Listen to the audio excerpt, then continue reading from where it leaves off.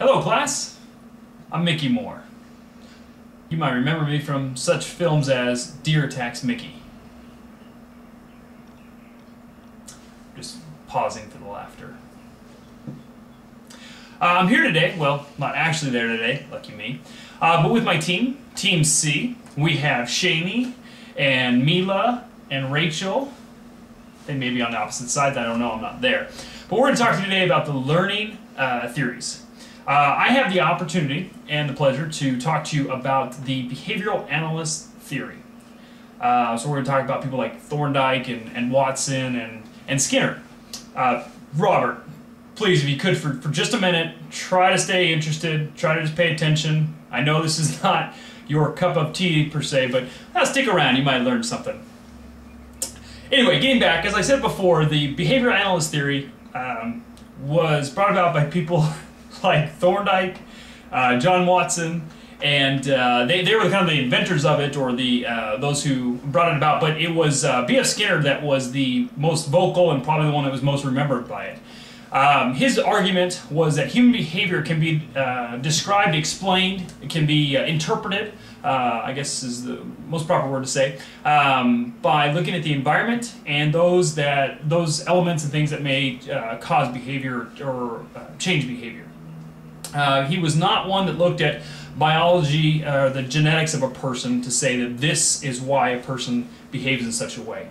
In weeks past here in this class, we've learned about other theorists, and they talked about certain things, traits, drives, egos, things of that nature, and those were kind of the explanations to why people behave the way they did. People like Freud and Adler, and people, okay, I'm acting the way I am today because of what happened to me in the past, or because of what I hope to get in the future. Skinner was the opposite. He took a very hard line in this and said, no, this is not how psychologists should explain human behavior. He felt that using those types of terms, like I said, ego and drive and things like that, would almost kind of are fictional. And the reason why he felt this way is that they were just untestable. You couldn't really say that this is exactly what was happening. So he felt like that was, well, sketchy at best, and he wanted to further his own experiments and explanations as to what may cause human behavior or predict it. And he felt the only way he could do that is if he looked at environmental things, elements that he might be able to control in a way to describe human behavior. As I said, he didn't really look at genetics for that. However, he did say that genetics can play a role in someone's life. However, psychologists should not use those terms and those as answers as to why someone behaves the way that they do.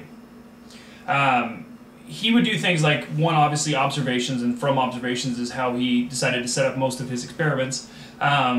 Through both operant and classical conditioning.